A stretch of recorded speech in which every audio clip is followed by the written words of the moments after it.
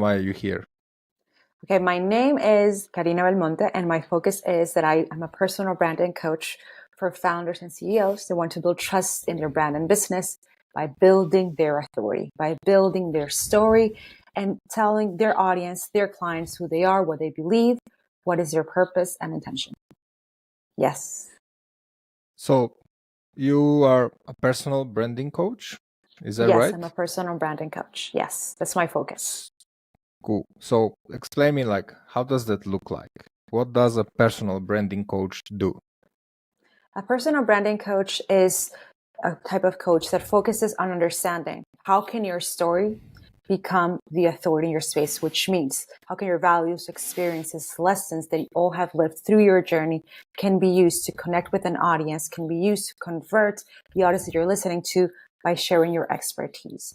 I extract highlights of your story so you can share it through your content and allow people to understand who you are, what you do, and how can you help them. And my intention is always, and this is a phrase that I always use, to become the authority, because it's not about the authority about being the king or something like that. It's about the authority to believe in yourself, the authority to be who you are, the authority to share what you have done, your experiences and your lessons. That authority, which can relate to confidence, is what people want to see when they see a CEO, a founder, entrepreneur, on video or in writing or a post. They want to see that you're confident on what you believe in. And if they don't see it, they will be like, why am I going to work with this person?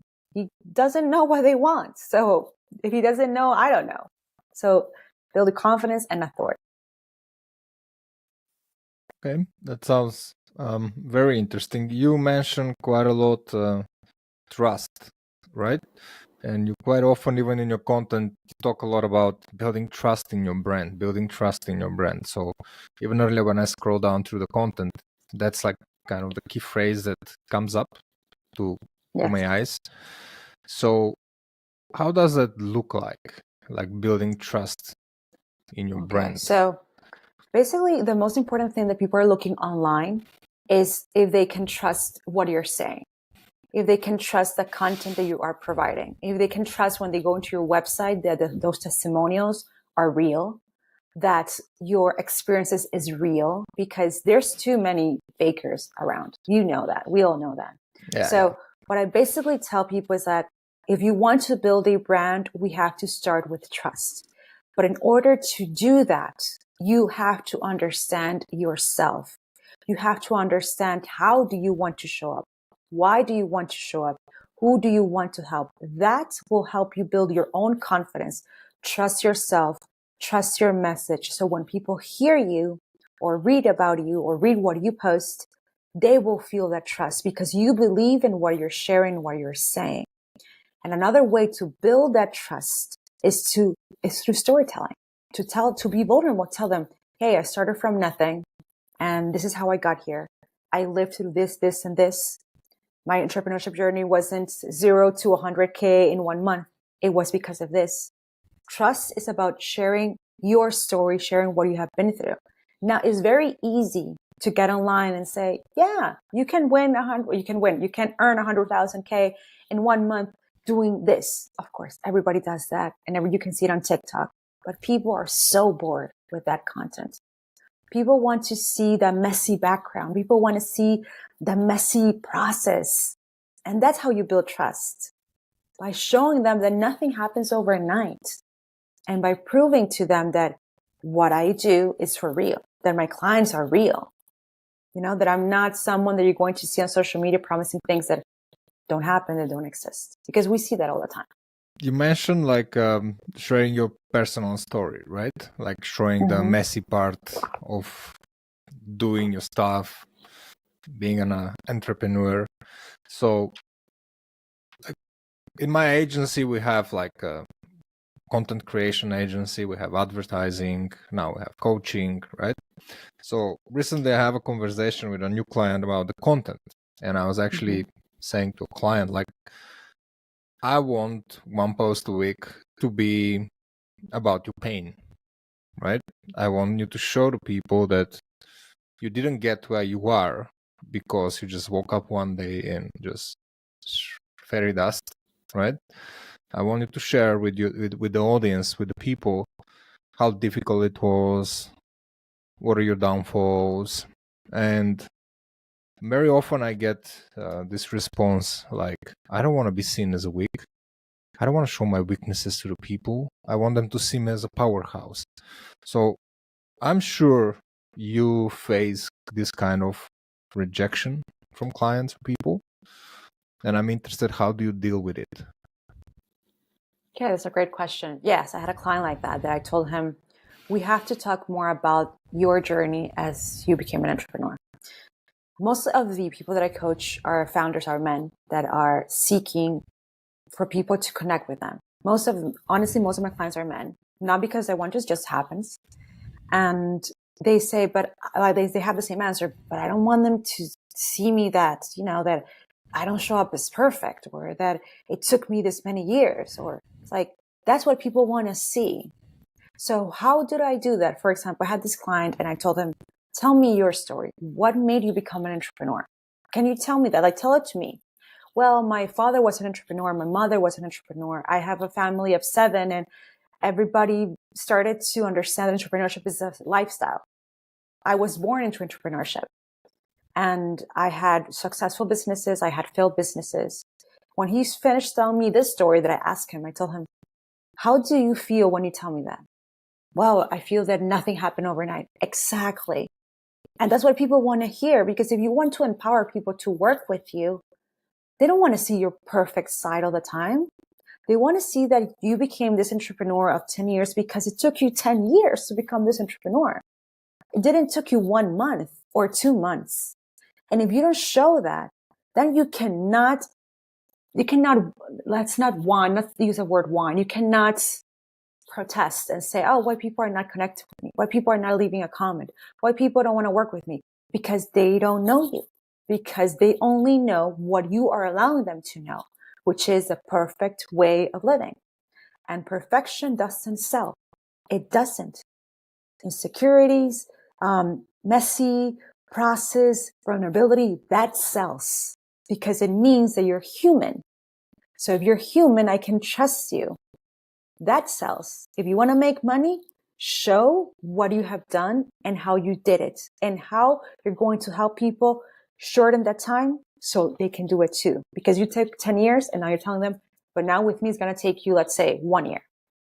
It's an example. That's what people want to see, not the perfection. And I see quite a lot of gurus, and actually I've been part of a few workshops in the past, right? And I can see like it's, I don't want to say it's a trend, but I see it like coming up.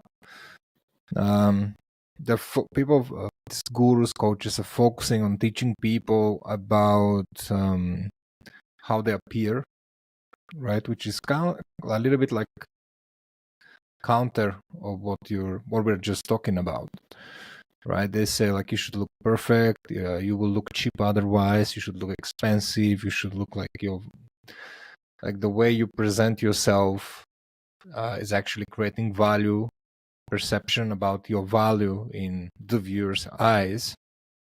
So what do you think about that? Because like it bears some truth in there is some truth in that, right? Like the perception people have about yourself. But then you have Gary Vee with like his head back, and like, or Chris Do, who don't really care how they look like, right? And they're the biggest influencers. There's quite a lot of ads popping up on my wall for some reason. I don't know why. They tell me I need to wear a suit in order to get sales, right? So like, what is your taking on this kind of thinking and teaching? Well, it has to do with your brand identity, like, because there's different ways to see brand. There's your brand voice, your brand identity, your brand mission, your purpose, right? So your identity is the way that you show up, the way you edit your videos, the way that you speak, the way that you dress. If you have a specific clothing style, a little hat, a little hoodie, or you have a shirt that says always the name of your company, like everyone has different ways of showing up. Does it matter if you look well? Of course. Like, you want to look good on camera. You want to feel confident. You don't want to feel like you're always in pajamas. Like, you want to look good. But it first starts like, do I look good when I show up on camera? Do I feel confident? Yes. Do I need to become someone else to feel good? No. If you don't want to, if you feel great how you are, wonderful. But also understand that first impressions matter.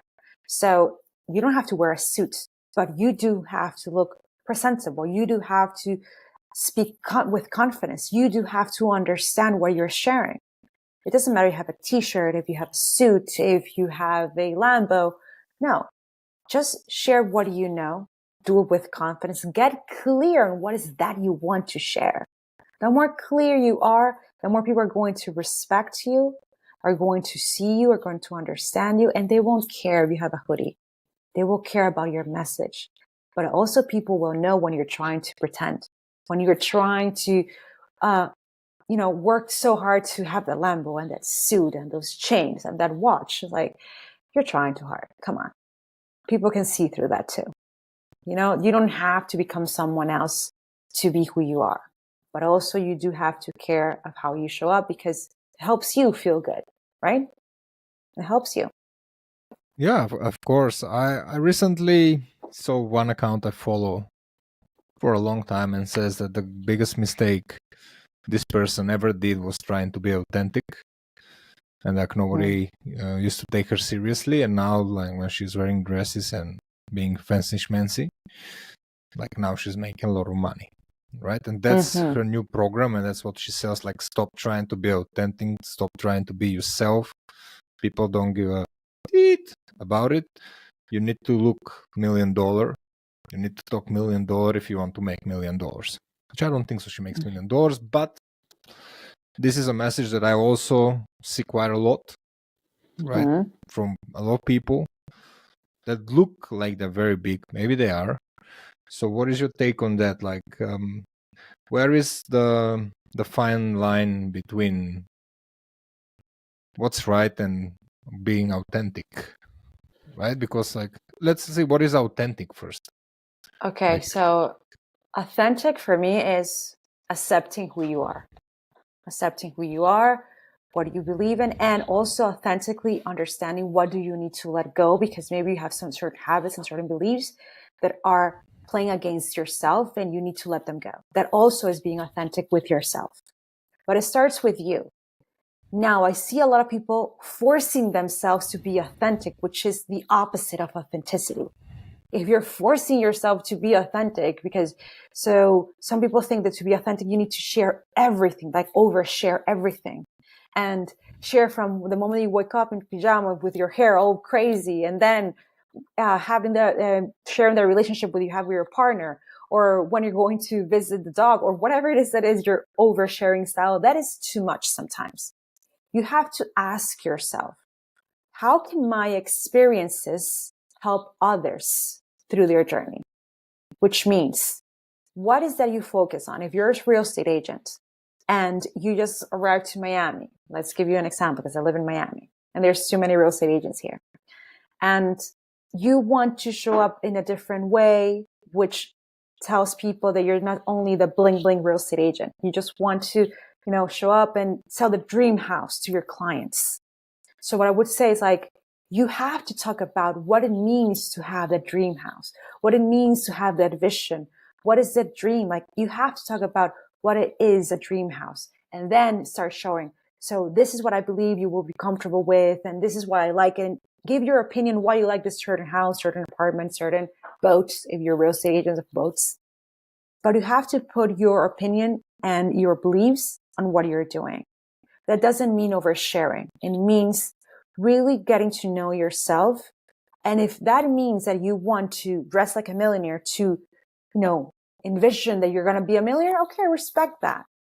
But don't lie to yourself and tell to yourself, I won't show up authentic because people won't invest in me. It means that you don't believe in yourself, that you don't like yourself. So that's why you're changing who you are. And if that is your message, you're telling other people who you are is not worth it. So you have to change it. And I'm not for that at all. I am for accept who you are, but also accept that you may have habits that you need to let go. So that's also part of the process. And what I always tell my clients when I'm sitting with them is like, look, this is a process not only about building your brand, but building your confidence and showing you that the more you understand who you are, the better you're going to feel when you show up on video, when you show up when you write your carousels, whatever it is. And you're going to start trusting your message, and your message is going to look stronger, and you're going to start connecting your story to your business. And you're going to like who you are, and people are going to like that person. But if you hide under what is that, this is what I do under your title, entrepreneur, real estate agent, marketer, you're blocking yourself from connecting with people. And that's not what personal branding is. Personal branding is about connecting your story to the purpose of your business. Those two need to be together. Well, that was a good quote that you said there. I need to rewatch it and crop it in a quote. So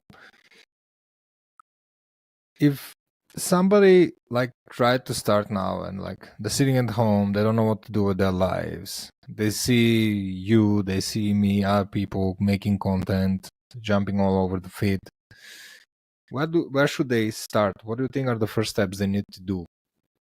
So the 3 actionable steps that I would recommend for someone that is starting and that doesn't know what to do or has a dream of becoming an entrepreneur but doesn't know where to start, let's say that, or their dream is to become a coach but they don't know where to start. Let's give you 3 actionable tips I can give you. First one, get clear on who you are, which means what are your experiences? What do you believe? What are your values? What have been your mistakes? Like, put a list down of all that you have gone through, all that you believe. So experiences, I've experienced this, this, and this. I have learned this, this, and this. I'm good at this, this, and this. I believe in this, this, and this. Great. Do that. That's the first step. Second step, what you can do. Now, when you look at all those things that you wrote, you have to ask yourself, who can I help with these experiences? Who can I help with these values? Who can I help with all this that I have learned through my journey? You're going to start seeing, well, maybe I can help coaches. If let's say you want to be a coach of video producers, okay? And you already are earning, let's say, $500,000 per month as a video producer. But now you want to become a coach, but you have no idea how to start. So you have to ask yourself, if I have 3 years of video production and I have earned $500,000 per month, who can I help with these experiences and with these values? You have to ask yourself, what video producers are out there? They're earning around 20 to 30K per month, but they want to get to 500,000 per month. So what is that journey? How can I take them from there to there? So it starts. Your experiences. I have been working 3 years as a video producer for real estate, and I earned $500,000 per month. Great. So that's one part of your experiences. You know about Premiere Pro. You know about editing. You know about color correction. You know how to talk to clients. All those things are so useful for someone that wants to go where you are. What do you believe in? I believe that you have to work with people that you like. I believe that you have to be kind with whoever it is that you're working with. I believe that you have to love what you do. Great. Those are your beliefs. What are your failures? Well, I remember when I got my first client and I wanted to charge $100,000 per project, and he laughed at me because he saw that I had no experience. Okay, so what did I learn from that process? You write it all down. And with this information, you're going to ask yourself, who can I help? And that's going to be your target audience right there. Your experiences are going to give you the clue. And then the last actionable step that I recommend is that start with one platform. This is Instagram, TikTok, YouTube, whichever you prefer. Start with one. Don't overwhelm yourself and start with 3, 4, because you're going to go crazy. Start with one. Learn, put content. Didn't work, let's do it again. Didn't work, what can do again? And whoever starts following you, connect with them. Hey, thank you so much for connecting. Are you enjoying this type of content? Why are you enjoying it? Start getting to know the people that are following you. And those 3 actionable steps is how you can start. Does this mean this is everything you need to do? No, it's a start. Then we have to fine tune different things and make it look good, but start there. And if you're scared, start. Doesn't matter and it's going to suck and it's going to look, maybe your first videos are going to look horrible and you're going to cry because maybe you don't know how to edit. That's okay. Because when you become good at that is what you can teach others. So everything that you experience, save it in your box and say, I can teach this later on in my life. Everything, take it like that, recycle it, because you always are going to see that people are going to learn so much from you. Yeah, you just need to be one step ahead than the people you're coaching. And that's not that difficult, really. It's no. When I come to realization like 10 years ago about that, I was like, oh, damn, why didn't nobody told me this? Why nobody ever told me that I just need to know 1% more than the person I'm showing to, I'm trying to coach or share my experience with. And sometimes that 1% can be mind-blowing information, right? Yeah, It's like you have so much knowledge on ads, and so many people have zero clue. Like, I really don't know. But someone like you can truly help me because you have experience that I don't have, and you have experienced things that I haven't. So your knowledge helps me. So let's talk about someone else that knows about business but has no clue how to build a brand. So they know about business, but they have no clue how to show up or how to talk to people about what is that they do. So you have to always focus on how can you complement yourself with someone else. That's the way. So how amazing is social media? Wow, social media has so much power. Like, it's incredible. It's how you use it, which matters a lot. A lot. If you have told me like 10 years ago, when I wasn't even thinking about entrepreneurship, 20 years ago, you tell someone, hey, you're going to make money through the internet, I think people would have laughed at you. It was like, are you crazy? Like, that is impossible. Like, everything that I have built has been through my laptop or through my iPhone. And I heard this term today. It's called DBL, digital body language, which means you have to understand when you're talking to clients virtually, when you're talking to people through text, everything, how they communicate digitally, and how can you hook them? How can you talk to them? How can you close a client? That's an art, because you're doing everything virtually. And social media has allowed so many people to build a business from nothing, and to learn that you only need a laptop, good Wi-Fi, an iPhone, and persistence. You need persistence. That's what you need, because honestly, entrepreneurship is not easy at all. And I get why some people quit. I get it. I understand. I'm not judging, but I get it. So yeah. It's not an easy game, but it's never been easier in the history of humankind. Mm-hmm. Like, just like 10 years ago, like me and you would never have a chance in the world, in the big world, if you compare it to now, if you compare it to today. Yes. Right? Never. We will be stuck wherever we will be stuck, and I'm tired of listening all the traditional media and all the narrative about how bad social media is and how they try to restrict it. That's the same thing like saying money are bad because there are bad people who have money, or cars are bad because there are bad people who drive cars, or exactly. Alcohol is bad because they are alcoholics. Like, it's the same stuff. Like, it's your stuff. Personal responsibility to not be a dumbass, right? So I never liked or used social media, like, ever, until I spent 7,000 British pounds for a business plan. What is, like, 10 years now? And the business plan was like, you need to run ads, and this is how you do it. And I was like, oh, I need to create accounts now.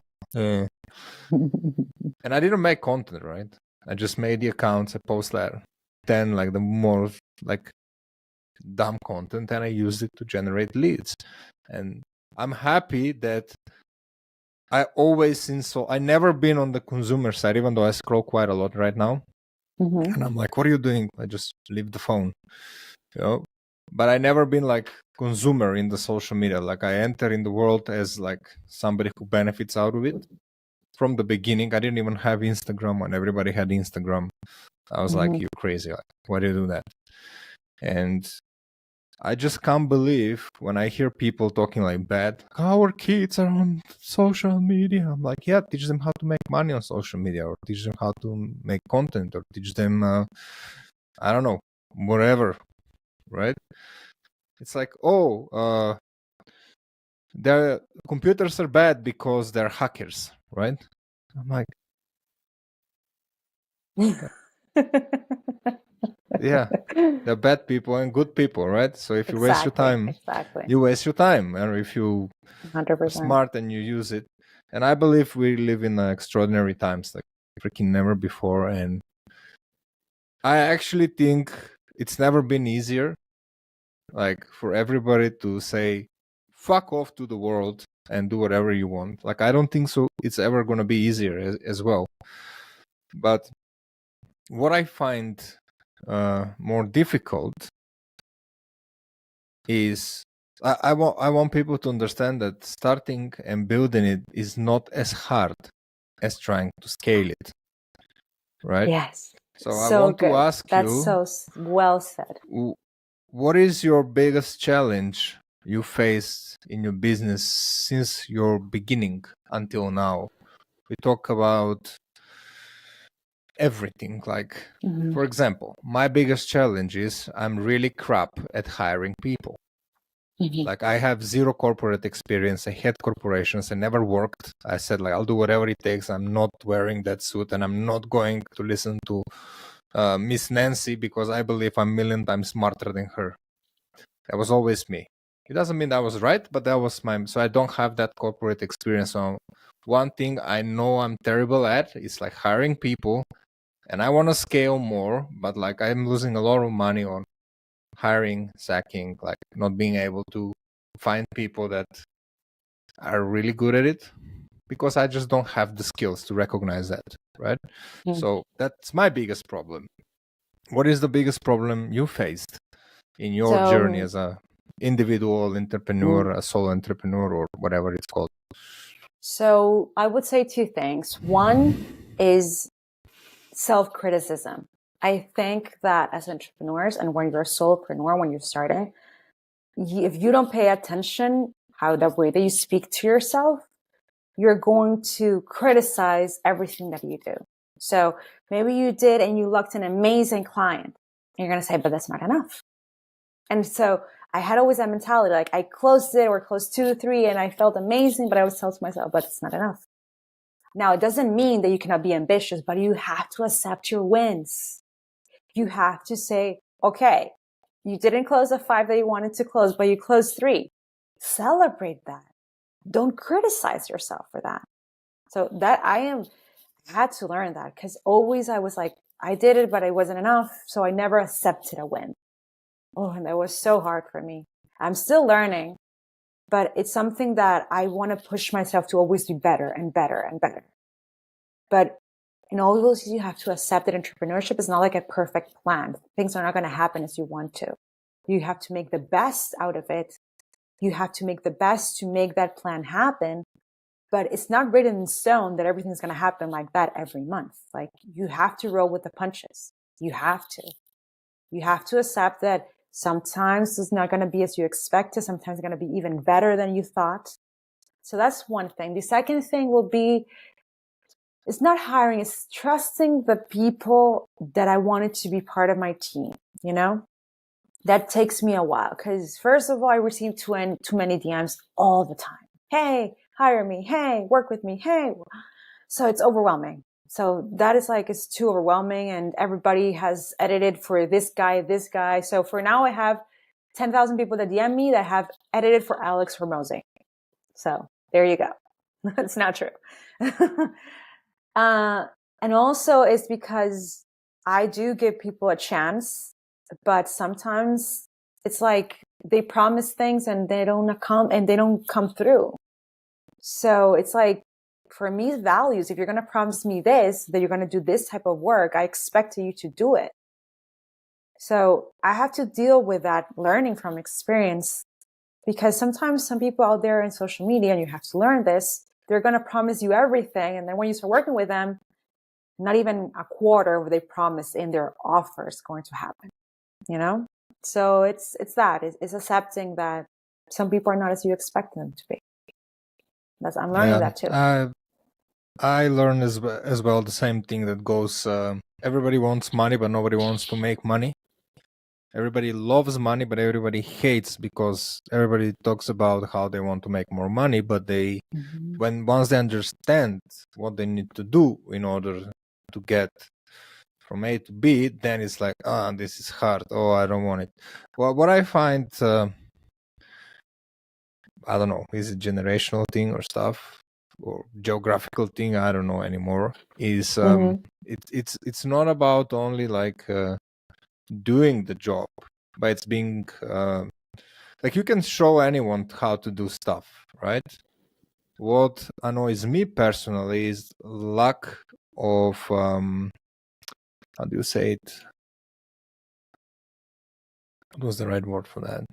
Proactivity. Accountability, right? productivity. No, okay. I don't see proactivity in people, right? They're like, you tell me what I need to, like, I think that's a society thing now. Like, oh, you've been paid this much and I'm just going to do that, right? And I'm going to expect more just because I expect more, just because there is a strike on the street that tells me I deserve more, rather than understanding the possibilities of social media, the internet, understanding like just the fact that you as Carina Belmonte are here and they're there and they're not really proactive to say, how can I actually, I'm doing what I am supposed to be doing, but how do I help Carina so she can do more, because with her I will grow too, right? So like any job I ever did, like I did the best I can. I had to clean the toilets in the restaurant like 10 years ago, and I was the best freaking cleaner in the world when I came to England, right? With my degrees, I could just junk them in the bin, right? Yes, 100%. And I always know did that like, feeling. okay, I used to sell clothes in a big shopping center. I was like number one salesman every single freaking day for no percentage, just like that. Just because I'm going to be the best of everybody here. There was like 60 people selling on the shop floor, right? And I just can't stand people that are not like that. Like personally, I just don't even want to go for a coffee with them anymore. I'm like, me too. Loser. I feel that. Go away. I feel that. So that's one thing. Like I've tried to tell people this is much harder to get a good team than just starting and building your idea. When people say, oh, but where do I start? It's so hard. I'm like, no, it's not. These are small problems you have right now. Getting clients it's never been easier than in the history of humankind. Never. Imagine we didn't have social media. How are you going to get your clients? Do you have an idea? It will have to be going to networking events, which I don't like. It's not that I don't like talking to people, don't get me wrong, but I don't like to go into networking events, looking for clients. No, I want to meet people, and if they became clients, great. But I'm not one of those people that needs to go to every networking event. I can't. I don't like it.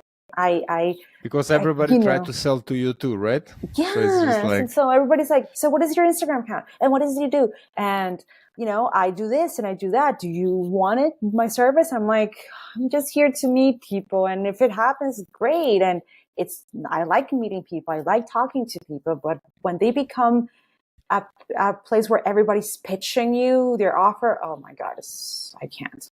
I prefer not to go. Honestly. Yeah, you mentioned receiving a lot of cold DMs and stuff, right? So yes, as much as I don't like it as well, right? But I respect the grind. I'm like, you really need to have like courage to do that. Yes. And I know that these people, if they were in sales, they will do tremendously, but probably nobody told them they need to go in sales yet. Sometimes I talk with them, and actually probably the best people I hired are just cold callers that just DM me, right? So I have 2 people I hired like that.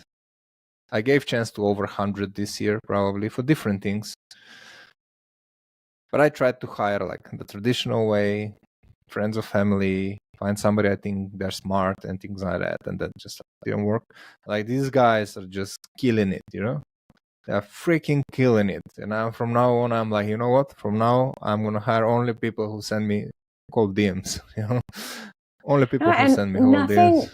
I'm not against cold DMs, like, because sometimes you'd have to do it and you might be surprised. You might luck incredible clients that maybe they were thinking about looking for someone like you, but they didn't find it. Or I'm not against it. I'm just against the types of cold DMs. Like, for example, let's give you an example. If someone on Instagram or LinkedIn, where it's a world of cold DMs, writes to me, hey, X, whoever, hey, Carina, how are you? I have this offer, blah, blah, blah, and talks to me about the offer instead of just saying, hi, whatever, Carina, how are you? I saw that you are doing this, you're doing that.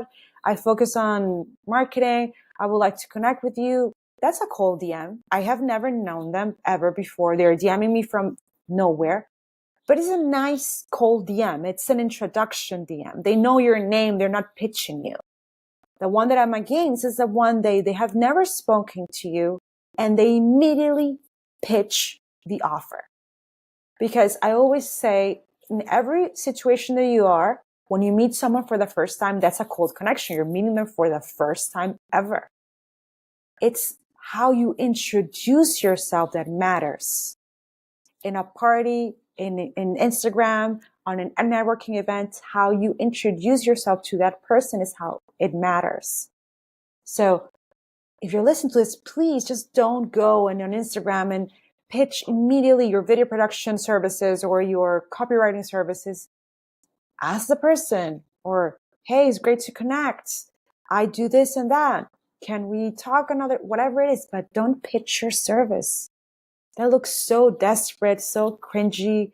Every time I receive a cold DM, I imagine myself that I'm in an event and someone just walks to me and immediately spills everything that they of their lives, and I have never met them before.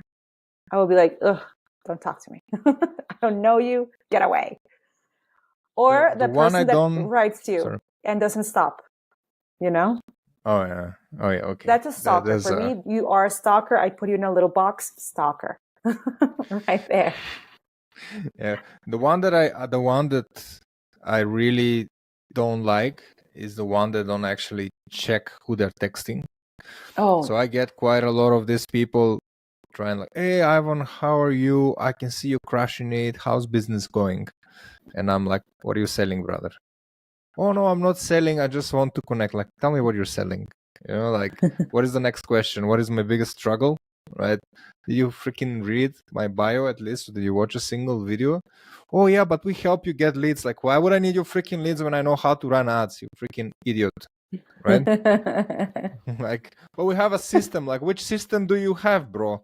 These platforms are made for freaking ads. Like, Facebook pay his employees. The Facebook stock price of the stock depends of how much money am I going to spend. Like, why do I need to explain you that, or to anyone in the world? Or all these coaches or whatever they are running ads, like, I'm going to help you make money without spending money on ads. Then why are you running a freaking ad? The sad story is at the moment I'm running ads like that for somebody else, but I'm getting paid, so. But, you know, it's like, why? Like, read. Like, read. Exactly. You didn't even read. Yes, like, yes. If One I'm running time ads, this guy, like, for example, one time this guy told me, hey, Carin, I can see you're a life coach. And I'm like, dude, read the bio. I'm not a life coach. Like, can you read? And he told me, yes, I can read. I'm like, well, I'm not a life coach. I'm a personal practice coach, so you cannot read. I get mad sometimes, but I get up to here. I'm like, I'm done. I don't want to keep like dealing with these guys. I can't. So, Carina, how do we make money on the internet? So the first thing that I will tell you is you have to make money. People got to know you, right? But to know you, you need to build a brand. You need to build a message and put your purpose out there and build a vision and mission of what you want to do. That's how people get to know who you are. If they don't know who you are and you want to be a coach or entrepreneur, you want to be known so you can then sell your product, how are you going to make that if people don't know you exist? So everything starts with branding. Then branding comes to marketing. Then we have, because marketing, you market what you brand. You cannot market anything that is like, what are you going to market if you don't even know where you're marketing? So many people do this. It's like, I just want to market my offer. Okay. But do you even know if people want to invest in your offer? Have people organically invested in your offer without ads? Do they even know who you are? Do they know you exist and how can you help them? No. And you want to invest in marketing because I see everybody doing it. So that's when you lose money. So you want to make money, start with understanding your brand. Establish a strong brand so you can market that brand. That's how you can do it. So market it by putting content out there, by investing in ads, by putting your message out there. But you need to have a brand to do this. It's like, I see many people, a great example, I think, is authors, which is the best example. They write this book, they're passionate about it, and nobody knows they are authors. Nobody knows they exist. Not even, like, they don't know anything about them. And they're like, but my book is not selling. But if people don't know who you are, what do you expect that is going to happen? Oh, well, but so they always make this mistake. They do it the other way around. You know, they want to market themselves, but they don't know who they are. And then they're mad because the marketing is not working. And they say, marketing doesn't work. No. It's not that marketing doesn't work. It's that you don't know who you are. That's it. And a lot of people make the mistake of I see this quite often, even with people we work for long term. It's like the change you do all of these things. Things have changed a lot since social media appeared. So more people can be exposed to so much more information.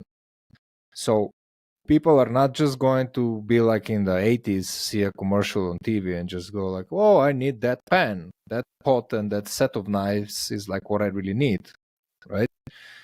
And most of people are still very strongly want to stick to what they initially imagined, right? Rather than using social media as a test tool.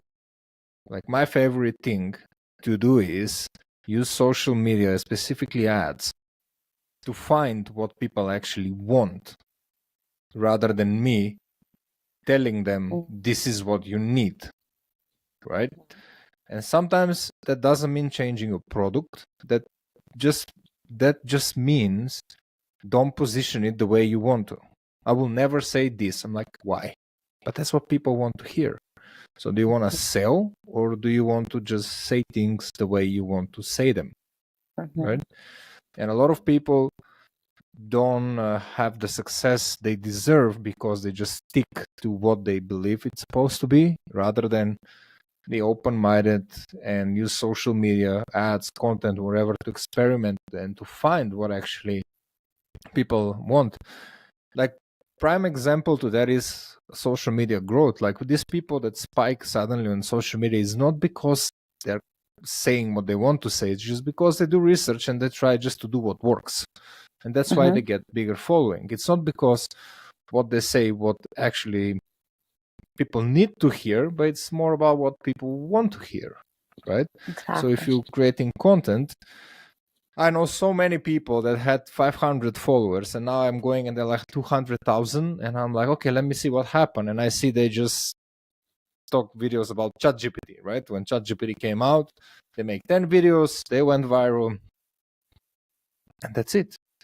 At that point, people wanted to hear that. They gave it to them. Are they making money out of it? That's a different conversation.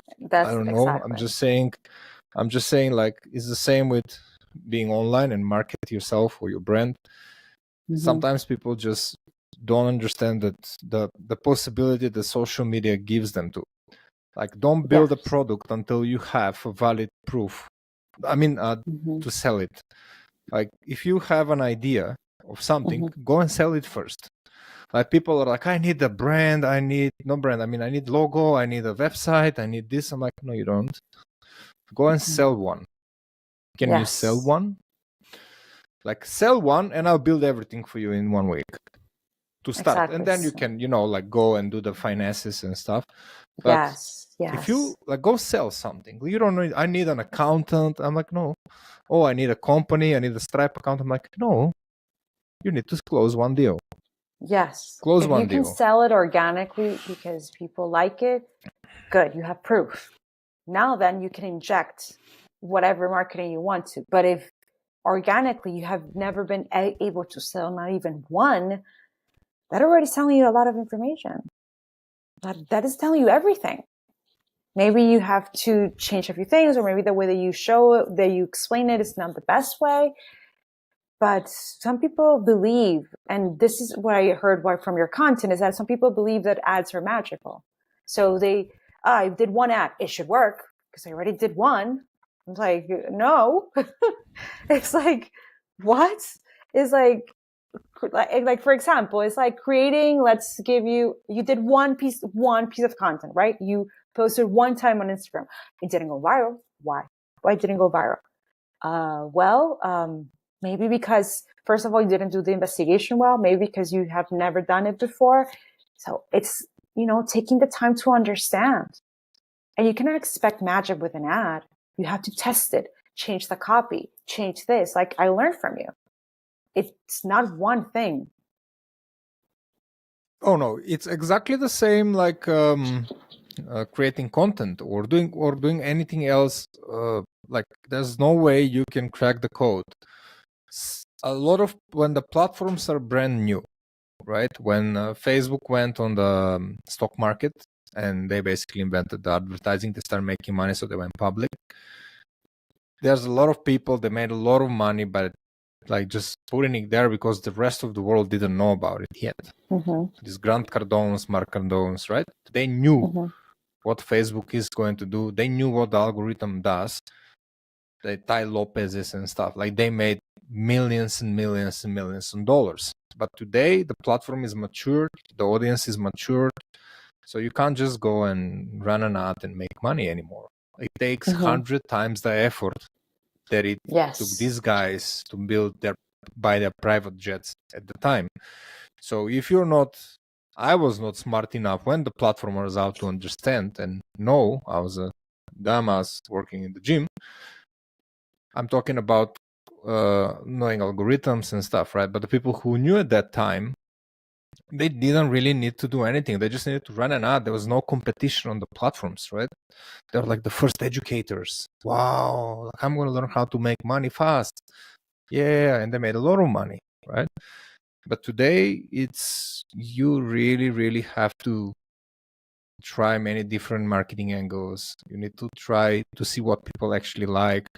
And even when you find what people like, it doesn't mean it's going to last forever because consumers' behavior changes on seasons. Well said. Like people don't behave. Like if you start running ads, you cannot expect to have the same results in November and December and then January and February. That's just a ludicrous idea. Like people spend more money in certain time. Like now the war started in Palestine and Israel. I mean, that war always been there. Now it just escalated. People will spend less money because they're like, oh my God, Third World War starting again.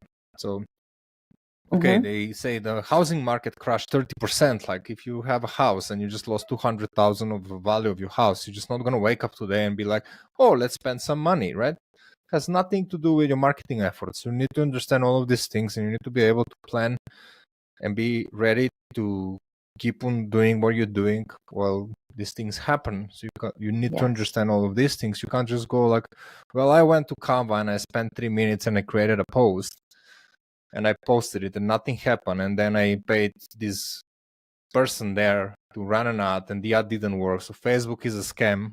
You know, it's like, come on, guys. Like, don't invest if you like. There's the thing, like if you have the time, do a lot of content, do follow-up, do all of that. But very quickly, you're going to get to a point when you don't have time to do that. Exactly. Right? And that's the lead magnet that the platform gives it to you. The platform says, we have an amazing platform. You can build a business to a certain level, and then you're busy. Right? Like then you can't just engage for hours. You can't just do research all the time. Now you need to grow a team. Now you need to find out how to automate all that, how to get the attention. And now it's time to start using the prime options of our platforms. And I see like my new account is like totally dead since the moment I created it. So I don't get to reach more than 50 views. Like 50, if it passed 50, it's just crazy, right? And I don't know what's going on. But I can also see a lot of huge accounts, right? Like they haven't moved for a very long time. Like 200,000, and I go and I see the views, and they're like 5,000 views, 3,000 views, like now 500,000 people, only 5,000 views. That's equal -5 in comparison with my account. And I can see a lot of people talk about, oh, you're rich, this is how I get rich. Like, no, like sometimes the platform just says, we're fed up of you, come and spend some freaking money. Like, how long we should tolerate your behavior here, right? And that happens. And they got TikTok, they catch TikTok, that there's people behind the desks that pressing buttons who to give rich to. There's people there that decide, let's shadow ban this person. Okay, let's give more rich. Oh, that's funny, right? Yes. I don't know if that happens in Facebook. We don't have the proof, but there was proof from TikTok employee. That's how it works. And in the end, you have to come to a point where you have to do that sooner or later. Agreed. And whoever said that's not true, it's just they're liars. There's a reason why even the Mosseri biggest guru said are that's doing not it. true. Adam Mosseri, Yeah? he said, Adam Mosseri, the head of Instagram, that's not true. I'm like, okay. Okay. Yeah. So yeah, and he also said that social media is all about entertaining. So unless you're an entertainer, it's very difficult, right? Like if you're not entertaining the audiences, they are not going to give you the reach.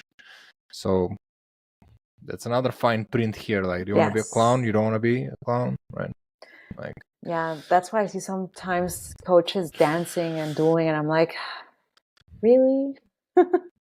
well, they're doing what they've been told by their coaches, right? And it works because it gives them the reach. People like it, and they make money. And listen, some people are successful in doing that, and that's great. Yeah, that's great. But if you're starting, you need to. I think you should first learn sales. And you need to go and talk to a random person and close a deal, because nothing else matters. Because what if you go viral and you don't know how to sell? Exactly. What Like, do you do? I will always go back when I talk about dancing. I don't know if you saw the case of this doctor on TikTok that they took her medical degree, her doctorate degree, because she was dancing. She was she did like liposuction to her clients and all that. And she finished botching, like screwing up some of the operations with her clients, because she was dancing on TikTok, getting views. And while she was operating, she was doing the dancing. Like, it was happening. And some of her clients like had really bad results. So when I see that, I'm like, I get it. You must have fun. You have to enjoy also the process of social media. I am all for it. You don't always have to be so serious. Yes.